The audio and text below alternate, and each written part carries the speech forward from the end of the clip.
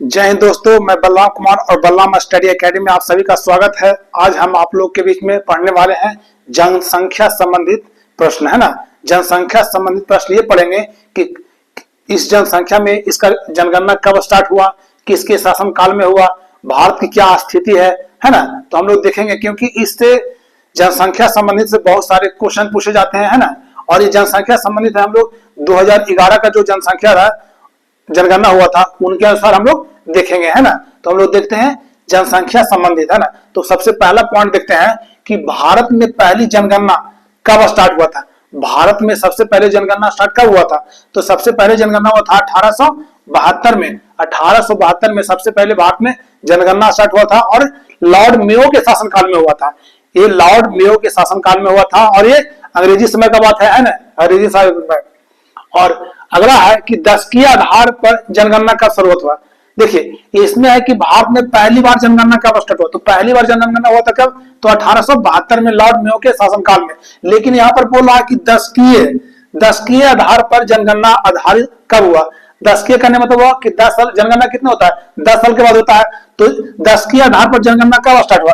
तो 1881 में Lord Ripon के शासनकाल में हुआ था। 1881 में कब, किसके शासनकाल में? तो लॉर्ड रिपन के शासनकाल में हुआ था, है ना। उसी में हम लोग ये देखेंगे कि न्यूनतम जनसंख्या वृद्धि दर, न्यूनतम जनसंख्या वृद्धि दर कौन सा वर्ष में था। तो मतलब जैसे जनगणना तो स्टार्ट हो गया कब से? 1872 से, और नियमित कब हुआ? 1881 से। लेकिन इसमें बोल रहा है कि न्यूनतम जनसंख्या वृद्धि दर, न्यूनतम वृद्धि दर कब रहा था, किस दशकीय जनगणना में? तो 1911 से 1921 में जो हुआ था उसमें वृद्धि ऋणात्मक में रहा था, है ना। और अगला है कि अधिकतम जनसंख्या वृद्धि, अधिकतम जनसंख्या वृद्धि कब हुआ? तो 60 के दशक में हुआ था, यानी कि 1961 से 1971 का जो जनसंख्या जनगणना हुआ था उसमें एक महाविस्फोट हुआ था, जनसंख्या बहुत बढ़ गया था, है ना। अगला है कि 2011 की जनगणना है। आपसे देखिए जो हम लोग बता रहे हैं ये तो ऊपर का फंडामेंटल हो गया, है ना। लेकिन यहां से हम बता रहे हैं कि 2011 की जनगणना है। तो 2011 का जो जनगणना हुआ था वो 15वीं जनगणना था। कितना था? 15वीं थी, लेकिन आजाद भारत की 7वीं। 15वीं जनगणना थी लेकिन आजाद भारत की 7वीं जनगणना थी, है ना। 2011 की जनसंख्या गणना के अनुसार हमारे देश की जनसंख्या कितने थे? तो 121 करोड़, 121 करोड़। लेकिन अब अगर देखते हैं 2024 में तो लगभग 140 करोड़ पार कर चुका है। कितना? 140 करोड़ लगभग पार कर चुका है। लेकिन ये जनसंख्या किसके अनुसार है? 2011 के अनुसार। तो कितना था? 121 करोड़, है ना। दशकीय वृद्धि, दशकीय वृद्धि कितना बड़ा हुआ है? तो दशकीय वृद्धि बड़ा 17.7%, 17.7% बढ़ा था, है ना। और देखिए ऑल ओवर जनसंख्या घनत्व की बात हो रहा है कि जनसंख्या घनत्व भारत में कितना रहा। ऑल ओवर जनसंख्या घनत्व की बात कर रहा है तो 382 व्यक्ति वर्ग किलोमीटर। देखिए जनसंख्या घनत्व निकलता है जो 1 किलोमीटर के हिसाब से निकलता है ना। तो जनसंख्या घनत्व था वो हमारे ऑल ओवर इंडिया में कितना था? तो 382 व्यक्ति प्रति वर्ग किलोमीटर, है ना। अगला है कि शहरी जनसंख्या, शहरी जनसंख्या कितना है भाई? तो शहरी जनसंख्या है 31.1%, 31.1% है क्या? शहरी जनसंख्या। और अगला है कि लिंगानुपात, ऑल ओवर। जैसे देखिए लिंगानुपात केरल में कहीं और है, हरियाणा में कुछ और है, लेकिन कह रहा है कि ऑल ओवर लिंगानुपात अगर पूरा रेशियो लेते हैं, लिंगानुपात का पूरा रेशियो लेते हैं, लिंगानुपात का तो कितना है? तो 943 है। तो भारत में 2011 के अनुसार लिंगानुपात कितना है? तो 943 है। बाल लिंगानुपात, वाल लिंगानुपात कितना है? तो 919 है जो वाल लिंगानुपात है। ये कितना पर निकाला था? 1000 में। कहने मतलब है कि 1000 पुरुष है तो स्त्रियों की संख्या कितना है? 919 है। अगर ये लिंगानुपात ऑल ओवर देखा जाता है तो 1000 पुरुष है तो 943 महिला है ना। अगला है कि साक्षरता दर, साक्षरता दर भारत में कितना है? तो साक्षरता दर कितना है? तो 74.04%, 74.04% है ये साक्षरता दर है ऑल ओवर। किसके अनुसार? 2011 की जनगणना के अनुसार, है ना। और जिसमें पुरुष साक्षरता कितना है? तो पुरुष साक्षरता है वो कितना है? 82.14%, 82.14% वो कितना है? ये पुरुष का है। और महिला का साक्षरता दर कितना है? तो 65.46%, 65.46 46% है, ये है महिलाओं का, है ना। आगे हम लोग देखते हैं कि जो हम लोग का, देखिए ये जानकारी हम ये बाद में इसलिए दे रहे हैं कि ये फंडामेंटल था, लेकिन आपसे एक क्वेश्चन यहां पर पूछा जाएगा कि संविधान के अनुसार में, कि संविधान के अनुसार में ये जनसंख्या का जो हम लोग जनगणना स्टार्ट होता है तो ये धारा 246 के अंतर्गत होता है।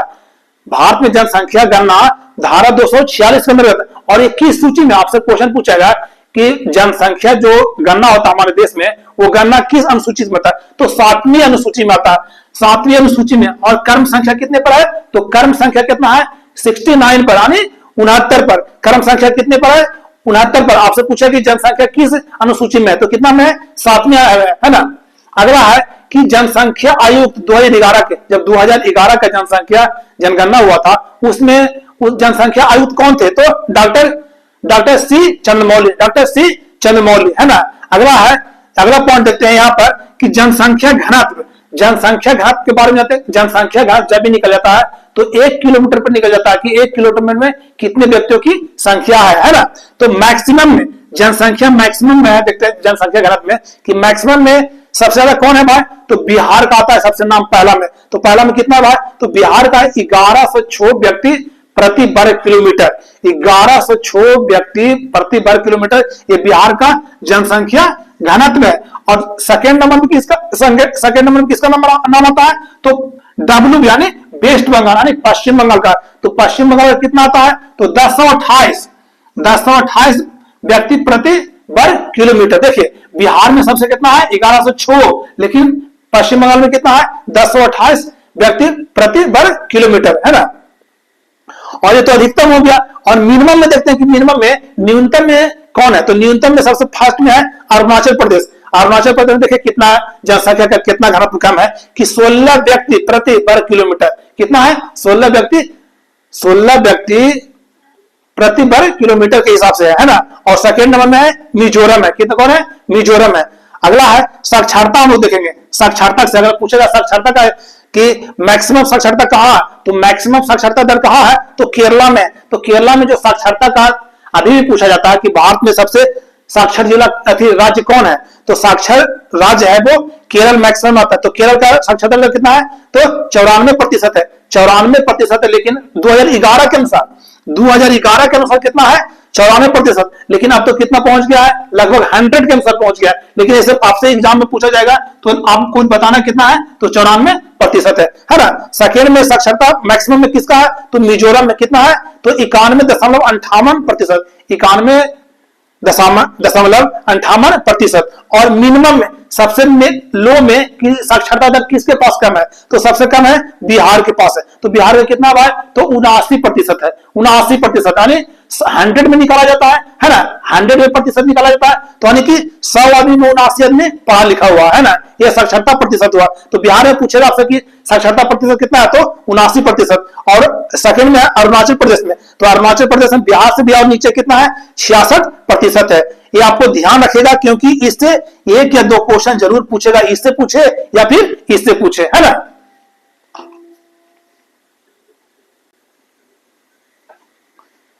इसी में हम अगला पॉइंट देखते हैं कि देखिए अगला पॉइंट क्या है आपके लिए, सबसे आसान है कि स्वतंत्र भारत की पहली जनगणना, स्वतंत्र भारत की सबसे पहली जनगणना कब हुआ, तो 1951 में स्वतंत्र भारत की पहली हुआ था, है ना। तो पहला कब हुआ था, तो 1951 हुआ था। कौन, तो आर्य गोपाल स्वामी उस समय थे, इसके आयुक्त थे, है ना। आर्य गोपाल स्वामी उसके आयुक्त थे।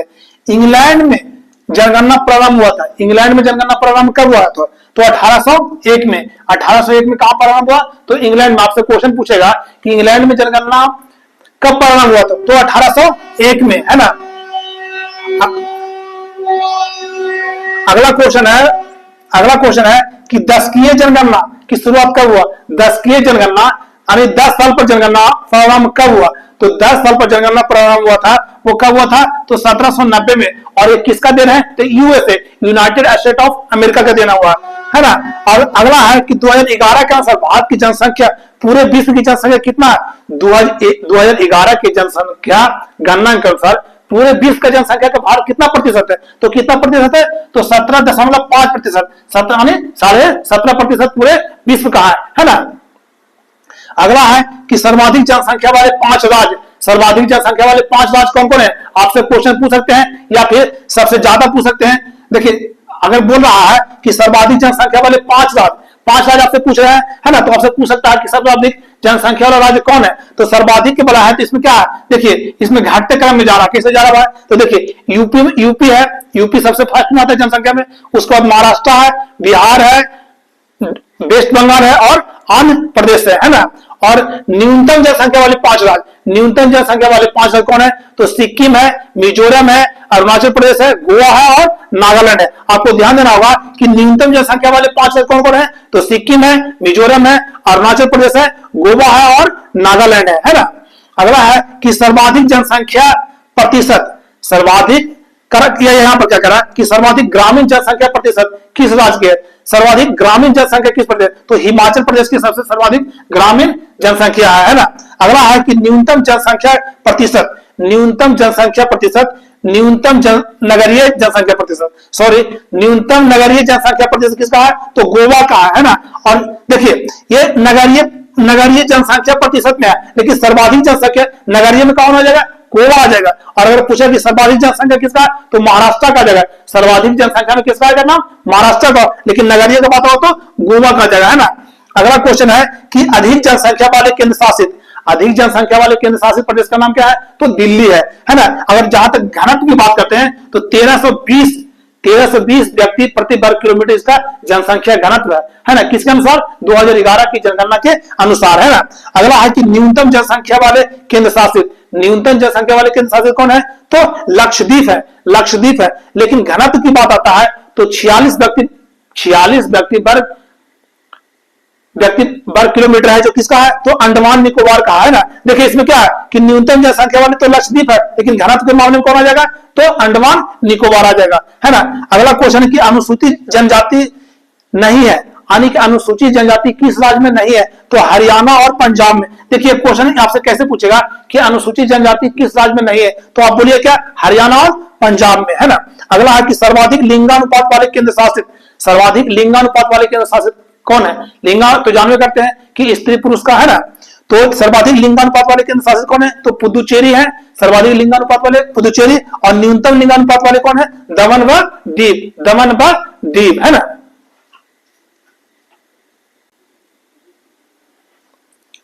इसी में अगला पॉइंट है कि सर्वाधिक साक्षरता वाले केंद्र शासित प्रदेश, सर्वाधिक साक्षरता वाले केंद्र शासित प्रदेश कौन है? तो लक्षद्वीप है। आपसे क्वेश्चन पूछेगा कि सर्वाधिक साक्षरता वाले केंद्र शासित प्रदेश, तो लक्षद्वीप है ना। और न्यूनतम साक्षरता वाले केंद्र शासित प्रदेश, न्यूनतम साक्षरता वाले केंद्र शासित प्रदेश कौन है? 2011 के जनसंख्या गणना के अनुसार, है ना। तो दादर व नगर हवेली, दादर व नगर हवेली उसी 2011 का जनगणना हुआ, तो उसी में सब चीज पता लगा था। आप ये कहिए कि इसमें साक्षरता जनगणना सब उसी में सब सम्मिलित है ना। तो न्यूनतम जनसंख्या वाले केंद्र शासित कौन है? तो दादर व नगर हवेली।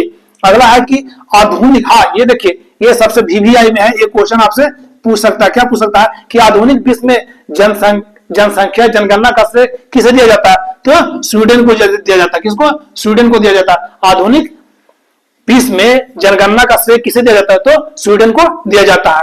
अगला हम लोग पढ़ेंगे लिंगानुपात। लिंगानुपात से आपसे क्वेश्चन पूछ सकता है, बहुत बार क्वेश्चन पूछा गया, इस पर ध्यान देने की जरूरत है कि लिंगानुपात आपसे पूछेगा तो लिंगानुपात में देखिए क्या है कि अगर मैक्सिमम में, पहले मैक्सिमम चलते हैं, तो मैक्सिमम में लिंगानुपात में सबसे ज्यादा कौन है? तो कौन है मैक्सिमम में? मैक्सिमम है केरला है। कितना है? केरला कितना है? तो 1084 है। लिंगानुपात कितना है? 1084। कहने का मतलब यह है कि लिंगानुपात कितना पर? 1000 पर निकाला जाता है। कितना पर? 1000 पर निकाला जाता है ना। देखिए यहां हम लोग नीचे आपको वो सूत्र भी बताएंगे। लिंगानुपात कितना पर निकाला जाता है? तो 1000 पर।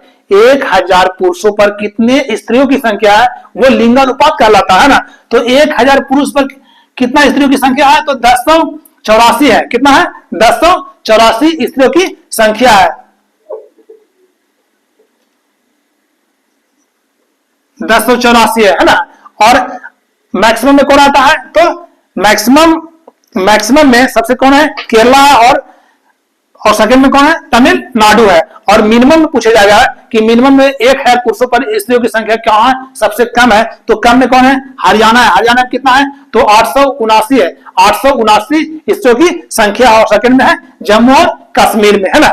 अगला है ये क्वेश्चन की जनगणना किसके अधीन है। ये भी तो क्वेश्चन पूछ सकता है आपसे कि जनसंख्या जनगणना जो होता है वो किसके अधीन है, किस मंत्रालय के अधीन है। तो मंत्रालय का कि केंद्रीय गृह मंत्रालय, केंद्रीय गृह मंत्रालय के अधीन में आता है जनसंख्या जनगणना, है ना।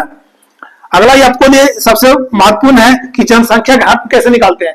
तो जनसंख्या घनत्व आप तो बता ही रहे थे, किसी भी वर्ग किलोमीटर पे निकाला जाता है। तो जनसंख्या घनत्व का मतलब होता है कि कुल जनसंख्या बटे कुल क्षेत्रफल, कुल जनसंख्या बटे कुल क्षेत्रफल। अगला है लिंगानुपात। लिंगानुपात कैसे निकालते हैं, तो स्त्रियों की संख्या, स्त्री की संख्या कितना है बटा पुरुषों की संख्या, पुरुषों की संख्या गुने 1000, वो क्या निकल जाता है, लिंगानुपात निकल जाता है।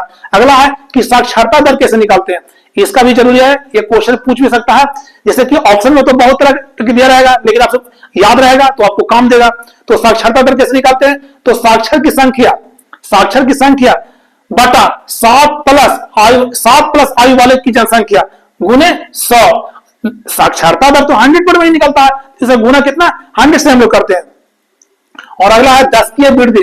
10 की वृद्धि निकालने का क्या सूत्र है, तो वर्तमान जनसंख्या, अभी संख्या कितना है, अभी जनसंख्या कितना है, और माइनस पूर्व में जनसंख्या, और पहले जनसंख्या कितना था, वटा पूर्व जनसंख्या गुने 100। ये आपको निकल जाएगा 10 की वृद्धि दर। आशा करते हैं कि हमारे द्वारा जनसंख्या संबंधित क्वेश्चन जो बताया गया है वो आपके लिए एग्जाम में सटीक साबित होगा और बहुत अच्छा होगा, है ना। वीडियो अच्छा लगे तो लाइक शेयर सब्सक्राइब जरूर करें। जय हिंद।